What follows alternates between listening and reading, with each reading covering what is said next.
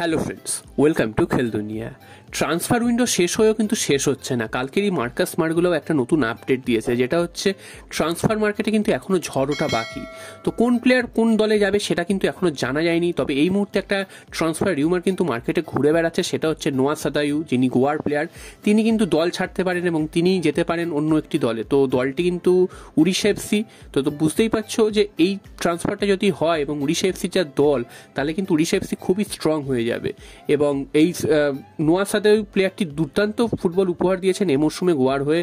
তিনি কিন্তু Durand cup থেকে শুরু করে আইএসএল এর প্রত্যেকটা ম্যাচেই কিন্তু তিনি নজর কেড়েছেন। মোহনবাগানের বিরুদ্ধেও তিনি 2টো গোল করেছিলেন জোহরতি ক্রীড়াঙ্গনে। এছাড়াও কিন্তু অন্যান্য দলের বিরুদ্ধে প্রচুর গোল করেছে। তো সেই রকম একজন প্লেয়ারকে যদি তুলে নিতে পারে উড়িষ্যা, সেক্ষেত্রে কিন্তু উড়িষ্যার শক্তি অনেকটাই বেড়ে যাবে। এবং উড়িষ্যা কিন্তু এএফসি কাপের জন্য কিন্তু তৈরি হচ্ছে, কারণ উড়িষ্যার এএফসি কাপের ম্যাচ এখনো বাকি রয়েছে। তারা কিন্তু নেক্সট রাউন্ডে গেছে। তো তারা চাইবে যে নেক্সট রাউন্ডের পারফরমেন্সটা যাতে আরো ভালো করতে, তাই জন্য নোয়া সাদায়ুর দিকে তারা কিন্তু হাত বাড়িয়েছে, সেরকমটাই কিন্তু খবর। তবে তাকে কবে দলে নেবে সেটা কিন্তু এখনো জানা যায়নি। হতে পারে যে এই মরশুম শেষ হলে হয়তো তাকে দলে নিতে পারে। তবে এই মুহূর্তে মার্কাস মার্কুলার খবর অনুযায়ী কোনো একটা বড় চেঞ্জেস কিন্তু আসতে পারে, কোনো একটা বড় ট্রান্সফার আসতে পারে, সেটা কিন্তু তোমরা দেখতে পেতে পারো।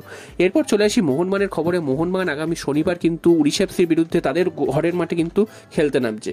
তো সেই ম্যাচটা মোহনবাগানের জন্য অতি গুরুত্বপূর্ণ এবং মোহনবাগান এই ম্যাচে খেলতে নামার আগে কিন্তু দুখানা সুবিধা পেয়ে গেছে। একটা অবশ্যই তোমরা জানো এতদিনে যে আহমেদ জাহু, তিনি কিন্তু হলুদ কার্ড 4টে দেখার জন্য ওই মোহনবাগান ম্যাচটা মিস করবে। অর্থাৎ আহমেদ জাহুকে কিন্তু উড়িষ্যা এফসি পাবে না তাদের মাঝমাঠের কন্ট্রোল করার জন্য, এবং এটা কিন্তু মোহনবাগানের জন্য বড় একটা অ্যাডভান্টেজ। এবং তোমরা জানো যে এই আহমেদ জাহুই কিন্তু সাহাল আব্দুল সামাদের চোটের পেছনে মেন কারণ ছিল। তিনি এমন বাজেভাবে ট্যাকেল করেছিলেন যে কারণে কিন্তু সাহাল আব্দুল সামাদ তিনি কিন্তু চোট পেয়ে ছিটকে গেছিলেন, এবং তাকে কিন্তু সেই সময় হলুদ কার্ড বা কোনো কার্ড দেখানো হয়নি। তো এবার কিন্তু এই প্লেয়ারটি কিন্তু দল থেকে ছিটকে গেছেন মোহনবাগান ম্যাচে। তো মোহনবাগানকে যদি জিততে হয় ম্যাচটায়, তাহলে কিন্তু এই ফায়দাটা তুলতেই হবে। আর দ্বিতীয় যে বড় সুবিধাটা মোহনবাগান হয়েছে, সেটা কিন্তু কিছুক্ষণ আগেই ঘটে গেছে। North east United versus FC Goa match.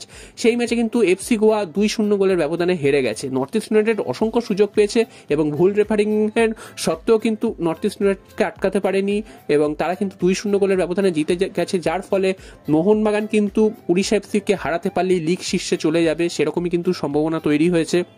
কারণ গোয়া যেই অ্যাডভান্টেজটা ছিল পরপর 2টো ম্যাচ হারায়, অর্থাৎ মোহনবাগানের কাছে হারা এবং নর্থ ইস্ট ইউনাইটেডের কাছে হারার পর কিন্তু সেই সুবিধাটা তারা কিন্তু হারিয়েছে। তো এই মুহূর্তে লিগের যা স্ট্যান্ডিং, উড়িষ্যা এফসি 15 ম্যাচ খেলে 31 পয়েন্ট নিয়ে গ্রুপ শীর্ষে রয়েছে। মোহনবাগান একটা ম্যাচ কম, অর্থাৎ 14 ম্যাচ খেলে 29 পয়েন্ট নিয়ে 2 নম্বরে রয়েছে। 3 নম্বরে রয়েছে কিন্তু মুম্বাই সিটি এফসি, তারা কিন্তু 15 ম্যাচ খেলে 28 পয়েন্ট নিয়ে 3 নম্বরে রয়েছে। এবং 4 নম্বরে নেমে গেছে গোয়া, তারাও কিন্তু 14 ম্যাচ খেলে 28 পয়েন্ট নিয়ে 4 নম্বরে রয়েছে।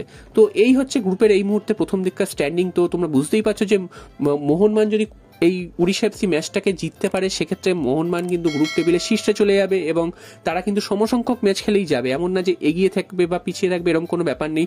যদিও উড়িষ্যা কিন্তু একটা ম্যাচ কিন্তু বেশি খেলে রয়েছে, তো সেটাও কিন্তু মোহনবাগানের জন্য একটা অ্যাডভান্টেজ হবে। এবং এই ধারাবাহিকতাটা যদি বজায় রাখতে পারে, মোহনবাগান কিন্তু লিগ শিল্ড জয়ের দৌড়ে কিন্তু অনেকটাই চলে আসবে। এবং যদি মোহনবাগান এই পারফরমেন্সটা দেখিয়ে যেতে পারে, তাহলে কিন্তু লিগ শিল্ড জয়টাও কিন্তু আর দূরে থাকবে না। তো দেখা যাক মোহনবাগান এই সুবিধাটা তুলতে পারে কিনা।